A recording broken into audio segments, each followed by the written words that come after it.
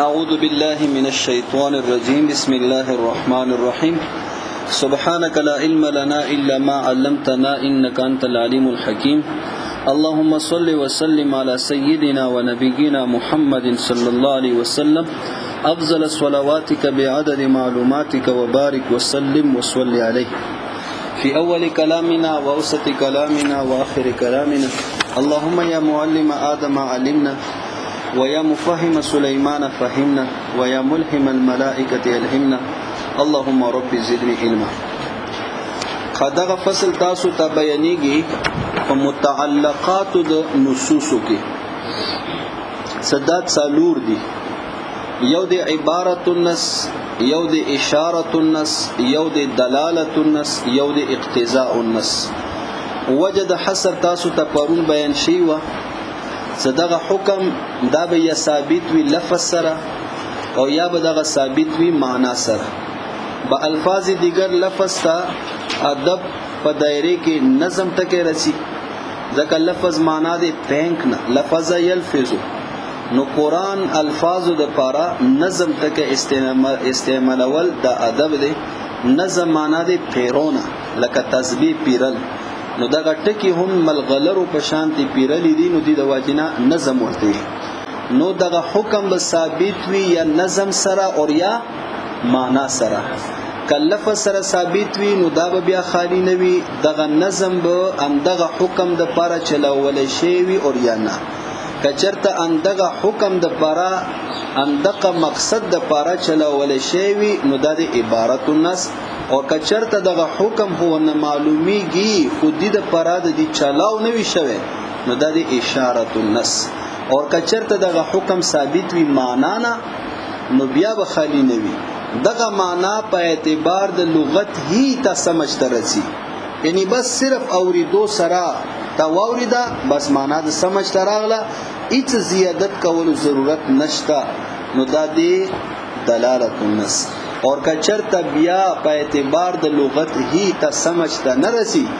زیادت پکای ورکی مخکې ورسته بچ شی ور سره معنی، نو دا دی بیا اقتضاء النص. صحیح. نو بیگا د دلالت النص نا عبارت النص اور اشارت النص بیان وشولو، د هغه حکم درته بیان شو اور تعریف کې د حکم بیان کو، د حکم تعریفی د بیان کو اور د عبارت النص تعریفی د بیان نه کو، نو هغه جواب د تداو شو چې اصل کې دغه تعریف د حکم نه معلومیږي تعریف د عبارت النص. صدغه حکم د پاره هغه کم عبارت راوړل شوی دی، هغه کم نظم دی، بس هغه عبارت النص دی کنه. هغه آیت مبارکه لک للفقراء المهاجرین الذين اخرجوا من ديارهم، دغه آیت مبارکه عبارت النص دی. او دینه کم حکم معلومیږي هغه حکم د عبارت النص دی، هغه حکم الثابت بعبارت النص دی. اندرنګ اشاره النص اندقه آیت مبارکه دغه نظم دا اشاره النص او دینه کم حکم معلومیږي چې هغه ثابت دل د فقر د دوی دی، هغه حکم د اشاره النص دی، چې الحکم الثابت باشاره النص. نو یو مثال د تدا بیان شو للفقراء المهاجرین الذين اخرجوا من ديارهم، اور بیا صدقه آیت چلاول شوی دی عبارت النص دی. څه شي د پاره د بیان د استحقاق د غنیمت. اور اندرنګ د بیا اشاره النص دی، هغه کافرانو ملکیت د دوی په مالونو باندې ثابت شو. صحیح شولا. او څکه د هغوی ملکیت ثابت شو نو بیا تاجر د پاره هغه کافرانو نه د قشی اخستل دا جایز. څکه اخستل جایز شو نو لہذا هغه کې تصرف هم دغه تاجر د پاره جایز شو. اندرنګ هبه کول، اندرنګ بیع، اندرنګ اعتاق، چې د تصرفات دي د هغه د پاره جایز شو. اندرنګ څکه ملکیت د کافرانو ثابت شو، مسلمانانو ور باندې حمله وکړه او دا مسلمانانو لاس تراغلو، نو اوس کافرانو لاس نه راغله دي دوی لاس ته، نو لہذا څنګه د کافر ولا نور مال غنیمت ګرځیدل شي، نو دغه مال به هم غنیمت ګرځیدل شي. صحیح ولا. او څکه دا غنیمت وګرځیدل مجاهدینو مینس کې څنګه نور مال غنیمت کې تقسیم شي غازی د هغه ولا مالک ګرځيږي نو اندرنګ د دقه مال چې دا مسلمانانو نه پاتې شیو مال د دی ولا مالک په غازی ګرځيږي اور اندرنګ لکه څنګه نور غنیمت ته عام مال چې کافرانو نه وصول شوی دی دغه مسلمان هغه نه د اخستل نشي عاجز دی ورنه څنګه اخلي د هغه په براخي رسیدل دی نو اندرنګ دغه مسلمان ولا کمال پاتې شو هغه غنیمت کې راغلو دغه مجاهد غازی په براخي ورسیدل نو دا هم ته هغه نه اخستل نشي صحیح شولا اندرنګ مال غنیمت کې هغه ته وینځه ورسیدله نو څنګه بل وینځه رسیدلې دي عام وینځه دغه مجاهد ته هغه سره وتی کول جایز د هغه آزاد ول جایز نو اندرنګي دغه وینځه چې مسلمان نه دارالکفر کې پاتې شي وا اوس دغه مسلمان مجاهد ته مال غنیمت تقسیم کې ورسیدله او یا تاجر واخستله دواړه صورتونه ورکې رسی نو لہذا دی د پارا د سره وتی کول هم جایز اور اندرنګي د دې آزاد ول هم جایز اندرنګي ادم زمان ول صورت ته لکه څنګه دغه مجاهد اغه نور کافر ولا مال چې د غنیمت کې ورسیدل اغه د لاس نه ضایع شو دی باندې د چا زمان نشتا نو اندرنګي دغه مال چې مسلمان نه پاتې شو کچرته د دین ضایع شو نو دی باندې هم زمان دی مسلمان د پاره نشته چې چرته د دی ولا مالک پاتې شو پوه په خبره اوس د دویم مثال بیانېږي وکذالک قوله تعالی احل لكم ليله الصيام الرفث الى نسائكم هن لباس لكم الى قوله تعالى ثم اتموا الصيام الى الليل خاجي اوس دغه آیت مبارکه ده احل لكم ليله الصيام الرفث د دې آیت مبارکه چلاو څه شوی دی صدا عبارت النست کم حکم د پاره کم مسالې د پاره هغه ده سمخ کې اسلام په ابتدایي زمانه کې رمضان کې به دا مسله وا سکله یو سړی دی روزامات وکړلو روزامات شو نو د دې لپاره اکل شرب جما دا به جایز وا خو ترڅو پورې څوره پورې د سترګې پټې شوی نه وي دا او د شوی نه وي سکله دی یو ځلی سترګې پټې شوي دا او د شوله ارمان دی 15 منټو ته وي ارمان دی لاسو منټو ته وي ارمان دی غنټې ته وي خو څکله دا دوباره را ویښ شوله نو اوس دوباره اگر که صبح صادق نه دی شوه شپه نه دی 14 شوی بل ورځ نه دی داخله شوی خو بس دې د پاره بیا اکل شرب جما دا به جائزه نه وا صحیح شو دا مساله وا په ابتدا د اسلام کې نو بیا د څه کیسه وشولې چې یو صحابي دی هغه ستړی استومان کور تراغلو څکله کور تراغلو روزای وا نو ورته چې کور کې چشتا نو غربت وختونه فقر او فاقې یره کور کې خو څه نشتا ولک صبر وکړه ته تیار کم نو څکله بیبي ورته هغه شیس تیارول د چونکی مزدوري کړي وستړیو نو هغه د واجب نه د سترګې ولګي دی خو بیا ولې شو څکله خو بیا ولې شو نو بیا خو دوباره اکل او شرب کولای نشو نو روزا شو بل ورپسې بناله بیا ورپسې دویم ورځ بیا اندسي وشولو دریم ورځ بیا اندسي وشولو نو الله تعالی د طرف نه دغه مسالې کې تخفیف راغلو اندرنګ د جما په صورت کې یو صحابي دی هغه خپل بیبي سره جما کول وغوښتو او هغه بیبي ورته ویلو چې ګوره ماسترګي لګیدلې وي نو ما سره جما کول جایز نه دی نو دغه صحابي دا ګومان کړي چې دا جوړ دروغ یي خځه خو باندې معنی جوړی کنه ما سار خوږي زکام دی او دا کیسه دی هغه کیسه نو هغه دا سوچ کړي چې دا بانا جوړی هغه دې ته نه دی کتلی جما ور سره کړي سکله کړي دي نو هغه د بعد بیا ورته دی چې ګوره رښتیا وخا دروغ نو بانا معنا نه جوړوله من لاشه مسلې پښتنه وکړه پیغمبر علی السلام تلاش نو هغه پیغمبر علی السلام تراولو چې دی بیګه خود سره کار وش نو اوس په څه کې الله تعالی د طرف نه تخفیف راو چې بس د رمضان په شپو کې دغه شرط ختم شو د سترګې پټېدو ولا بس څنګه دي تبيض نه أحل لكم ليلة الصيام الرفث إلى نسائكم هن لباس لكم وأنتم لباس لهن علم الله أنكم كنتم تختانون أنفسكم فتاب عليكم وعفى عنكم الآن باشروهن وابتغوا ما كتب الله لكم وكلوا واشربوا حتى يتبين لكم الخيط الأبيض من الخيط الأسود من الفجر ګوره حتی يتبين لكم الخيط الابيض من الخيط الاسود هغه تور تار نه سپین تار څرګان شي معنا دا چې هغه تور سپین صبح صادق را څرګان شي صبح یو صبح کاذب دی یو صبح صادق دی نو هغه وخت پورې تاسو کولو وشربو اندرنګي جما فلانا باشرهن تاسو مجامعات کو وابتغوا ما كتب الله لكم نو تاسو دا کو نو دی ولا اجازه ملاو شو نو اوس ګوره دغه آیت مبارکه چلاو د څه د پاره شوه دی دغه حل د مباشرت د پاره شوه څه مباشرت اندرنګي اکل او شرب دا دغه حتى يتبين لكم الخيط الابيض من الخيط الاسود من الفجر دغه ځای پورې تاسو ته اکل شرب جما دا جایز دی صحیح شو دې لپاره د آیت چلاو شوه دی اور بیا مخکې الله تعالی فرمای ثم اتم الصيام الى الليل بیا تاسو اتمام د روزي وکو تر شپې پورې بیا تاسو اتمام د روزي وکو تر شپې پورې اوس ګورا اتمام ولا حکم دا کله رسی اول جز کې رسی یعنی ګوره څه کله یو کار شروع کی کنه نو زبتا ته ويم سالکه د کار سار ته ورسوا او څه کله تا شروع نوي کړي نو زبتا ته سیم څه سار ته ورسوا یا خزه درته يم څه وکړه د کار نو ثم اتم الصيام تاسو اتمام د روزي وکو یعنی روزه مستتلی د امساک رغله دي ال الليل تشبيه پوری نو اوس ګوره امساک دغه اتمام الصيام ولا حکم د کله کیږي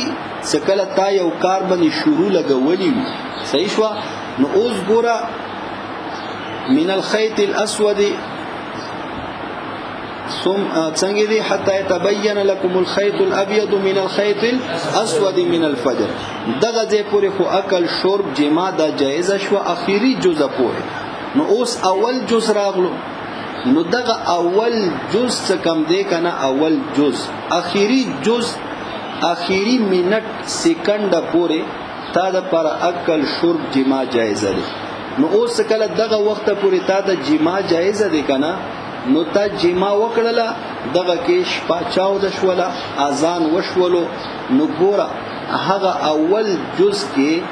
ته په حالت جنابت کې پاتې شوی خنا په حالت جنابت کې تشوي کنه ځکه د کوم کېدل نشي چې اندغه منټ سکند کې ته جما وکي غسلم وکي اول جز ته پاکي حالت کې څه کله دا جایز دی اخیری جز پوري نو اوس دې سره دا لازمه دي چې اول جز د امساک اول جز د صيام هغه به تابانه په حالت جنابت کې رسی دا لازمه دی کنه ځکه جما اخیری جز پوري جایز دی نو څه کله جما اخیری جز پوري جایز دي سره دا لازمه دي چې اول جز هغه په حالت جنابت کې راشي نو څه کله دي سره دا لازمه دي دین خلاصې نشته نو معلومه دا شوا چې دغه حالت جنابت کې کېدل دا منافی د پاره د بقا د صوم ندی دا منافی د پاره د بقا د صوم ندی دي سره روزه نه خرابېږي ځکه الله دې د بعد فرمایلی ثم اتم الصيام بیا اتمام د صيام وکړلو اتمام د روزه وکړو نو چې دا الله فرمایلی نو معلومه دا شوا چې جنوبی کېدل دا امساک بقا د صوم د پاره منافی ندی خو شو په خبره بیا وګونسو ګوره دغه آیت مبارکه چلاو څه د پاره شوه دی دې د پاره شوه چې په شپو د رمضان کې جما کول جایز دي اکل شرب نو بسو جما کول جایز دي صحیح ولا اوس کله جما کول جایز دي څوره پورې حتا يتبين لكم الخيط الابيض من الخيط الاسود، یعنی د شپې اخیری حصے پورې، د شپې اخیری جزء پورې جایز دي. سکله اخیری جزء پورې جایز شولا نو اوس د دې کې الله تعالی حکم کړي ثم اتم الصيام الى الليل، او د دې ولا حکم اتمام د صوم سره کړي دي. او دا کله کېږي د اتمام ولا حکم ستا یو شی شروع کړي وي، صحیح شولا. نو اوس ګورا چې کله مباشرت جما کول جایز دي اخیری جزء پورې، نو دې سره دا لازم دي چې اول جز تا په حالت جنابت کې راشي. نو لہذا معلومه دي شدینه دا شولا چې جنوبی کې دل دا منافی د پاره د بقا د صوم ندی. بقا د صوم باندې خو پویګو کنه، یعنی د روزه باقی پاتې کېدل دي سره دا منافی نه دي، نو روزه وا سره خرابېږي نه. خو شي په خبرې د اشارتن د مسله معلومه شو. عبارت النص کو حل د مباشرت د پاره ده دغه آیت، خو اشارتن مونږ ته دا مسله معلومه شو. وشولا پوښ مولي سه. وكذلك قوله تعالى عندنا قول الله تعالى دي احل لكم حلال کړي شوی دي تاسو د پاره ليله الصيام د رجوع پشپې کې الرفث اي الجماع، یعنی جماع جائز ده. الى قوله تعالى دغه آیت مبارکه تر قول د الله تعالی دغه پوری ثم اتم الصيام الى الليل. نفل امساکو پس امساک فی اول الصبح پا اول سبا کے یتحقق مع الجنابہ دا با متحقیگی موجودیگی با سراد جنابت. ولی لأن من ضرورت حل المباشرة الى الصبح مضافلہ دی اخیرنا ترجمہ وکا صبح تک جما کے حلال ہونے کے ساتھ لازم ہے. سنگے صبح تک مباشرت کے جما کے حلال ہونے کے ساتھ لازم ہے. ضرورت مانا لازم ہے. چشے لازم ہے ان یہ بات لازم ہے یکون الجزء الاول کہ ہو اول جز من النہار دن کا مع وجود الجنابت جنابت کے پائے جانے کے ساتھ، جنابت کے پائے جانے کے ساتھ دا ضروری دے ورسرہ کنا. والامساک اور امساک فی ذالک الجزء پدغا اول جز کے صوم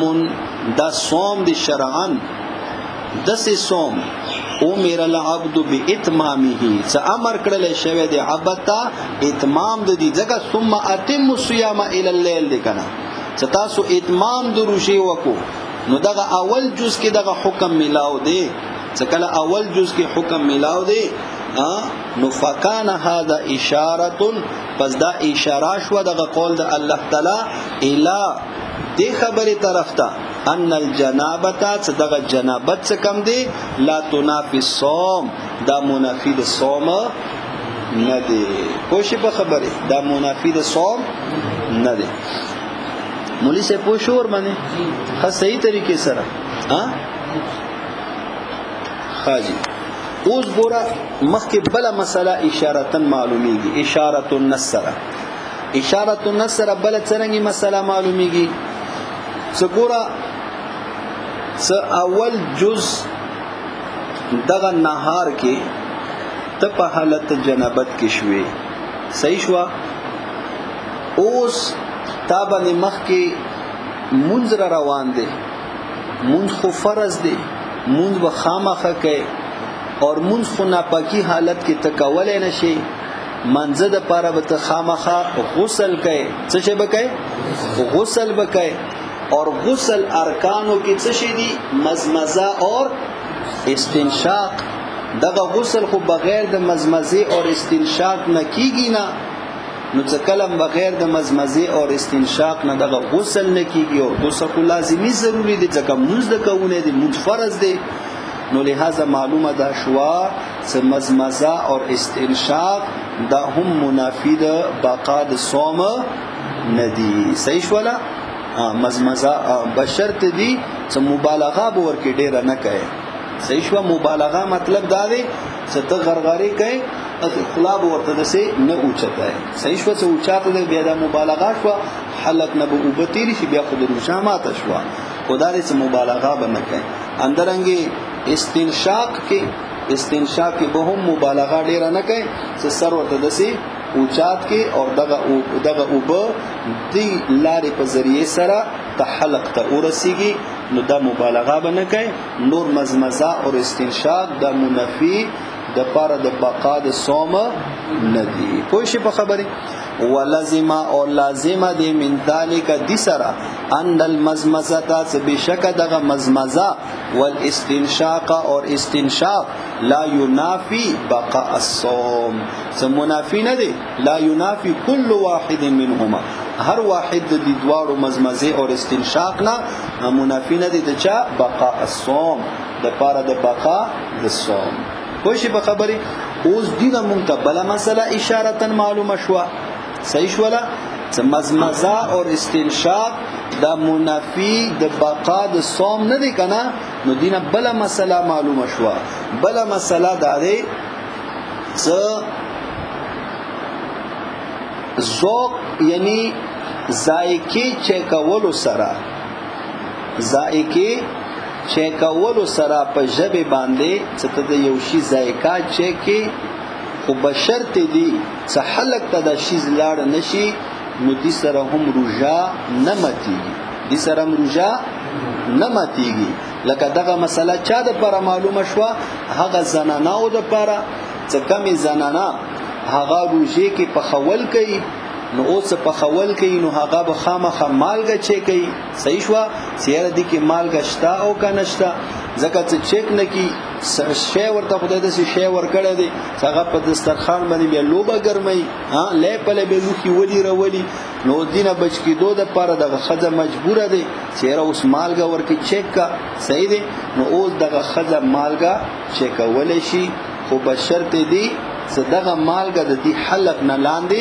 لاړ نشي. او دغه مسله مونږ ته چرته نه معلومه شو. د اندینه معلومه شو چې مزمزه او استنشاق د منفی د بقا د صوم نه دي. او څنګه دینه مونږ دغه مسله معلومه کړه د سه چې ګوره بعضی علاقې د سیوی کنه بعضی علاقې صدا هغه ولا او به هغه نمکین وي د هغه او به څه شي نمکین وي. نو اوس دغه سړی به هم الته غسل کوي خنه به کوي او دا به غسل کی مزمزه او استنشاق دا کوي او کنه به کوي. سکله دا کوي هغه سره د ذایقه مخصوصي کنه مخصوصي سکله سی خلی کی وبو واچی خو ذایقه مخصوصه کا کنه پیزی کی وبو واچی خو ذایقه مخصوصه کړه کنه. نو سکله دغه ملګی جنې وبو ذایقه مخصوصه کا نو دې سره هغه ولا روجا هغه نه خرابېږي. نو اندرنګ د خځه هغه چکولو د مال کې سره دغه روجا هم نه خرابېږي. پس به غیرت شي اجي ويتفرع منه متفرعكيږي دینه څه شي ان تبشکا من هغه څوک ذاقه څوڅخي شيئا یو شی بفمه پخپل خلی سره یعنی جب سره ولم يجاوز حلقه وتجاوز ونکی حلقتا لم يفسد نو نفاسدیږي صومه رشادگی لم يفسد صومه فإنه ولی علت بیانی زکا شان داده لو کان الماء کچردوی اوب مالحا ملکی جن نمکین نو یجدو مومی بدا یا یجد مومی بدا طعمه اغخوند دی عند المزمزه په وخت مزمزه کې نو لا يفسد به الصوم نو نفاسدیږي په دې سره روزه. وعلم منه حكم الاحتلام والاحتجام والادهان. ان دې سره مونږ ته بل هم مسله اشاره معلومه شو. هغه څه شي چې احتلام احتجام اور ادهان دې سره هم روزه نه خرابېږي. څنګه مسله معلومه شو. ګوره التکی اتمام د صوم ول حکم الله تعالی کړی دی اور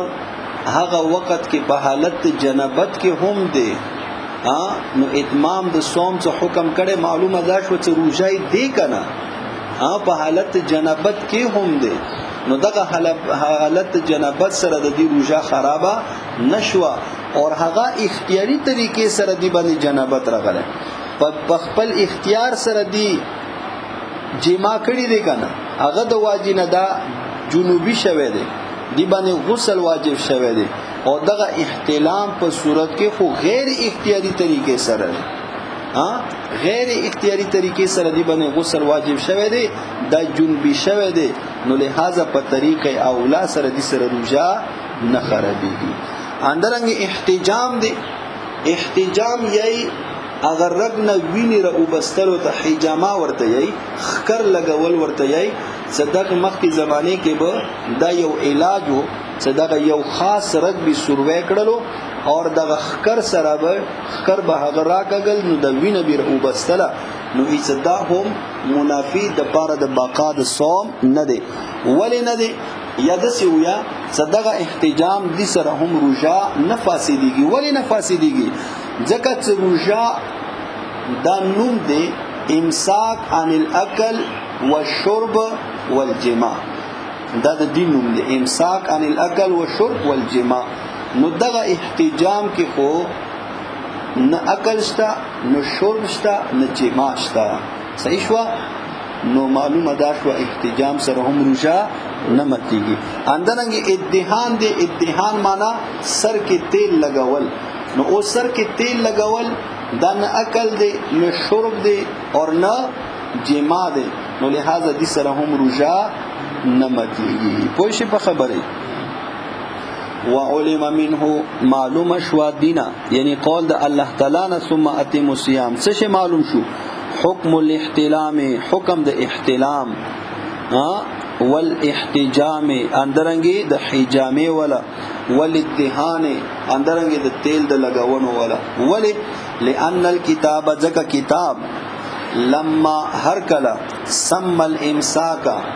مسما کړه دی نوم کې د ولې سم معنا نوم کې د ولې دغه کتاب الامساک د امساک اللازمه د امساک څخه لازم دی بواسطه الانتهاء بواسطه د ځان ستل انتها معنا ځان ستل بچنا بچنے کے واسطے سے کس چیز سے بچنا عن الاشیاء الثلاثه المذکورة هغه اشیاء ثلاثاونا هغه مذکور دي پس ناقد لیکلی مذکور دي چرته فی النص وهي الاكل والشرب والجماع او دغه ځان ستل فی اول الصبح په اول سبا کې دا مفعول ثانی صومن نوم کې د ولید دغه امساک ولا څه شي روجا څه شي روجا نو علم ان رکن الصوم نو معلومه دا شو دا لمه د پر جواب دی معلومه دا شو ان رکن الصوم سبشک رکن د صوم یتم پورا کیږي بالانتهاء ځان ستلو سره عن الاشیاء الثلاثه دغه دروشي زنونه څنګه اکل شرب اور جماع دي نو احتلام احتجام ادهان کې دغه دروشي زونه خو نه رسیدنه صحیح شولا نو لہذا دې سره روزه نفس دیږي